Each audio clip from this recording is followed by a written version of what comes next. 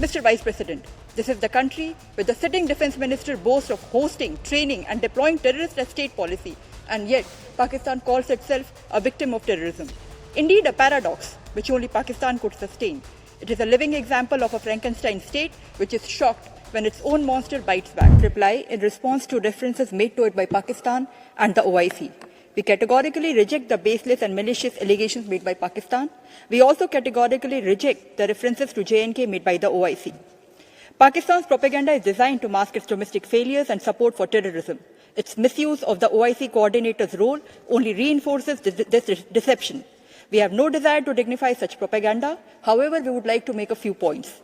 For the record, Jammu and Kashmir was, is and will always remain an integral and inalienable part of India.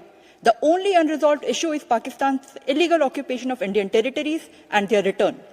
Mr. Vice President, Pakistan's propaganda cannot obscure the reality of repression in Pakistan-occupied Jammu and Kashmir.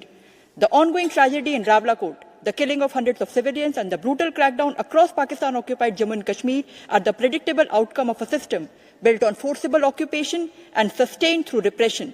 Decades of military land grabs, demographic engineering and the denial of basic freedoms have brought matters to a point where even demands for bread, electricity, rights and dignity are met with bullets and brutality. This should surprise no one. An illegal and illegitimate occupation can be sustained only through force. Mr. Vice President, this is the country where the sitting defense minister boasts of hosting, training and deploying terrorist as state policy, and yet Pakistan calls itself a victim of terrorism. Indeed, a paradox which only Pakistan could sustain. It is a living example of a Frankenstein state which is shocked when its own monster bites back. Mr. Vice President, our position on Indus Water Treaty is well known. It defies logic that a state which exports terror as an instrument of policy continues to demand the privileges of cooperation predicated on goodwill and friendship. It is equally undeniable that the treaty is now outdated. No technical arrangement can remain frozen in time while the world around it is transformed. A treaty negotiated in 1960 cannot be treated as a perpetual entitlement, which is insulated from accountability, detached from present-day realities, and untouched by the profound changes of the past 6 decades.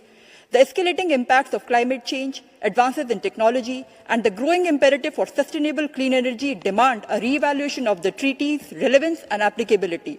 Mr. Vice President, instead of coveting Indian territories, Pakistan would serve itself and its people far better by putting its own house in order. Its seasonal theatrics in this council have long outlived any novelty. Thank you.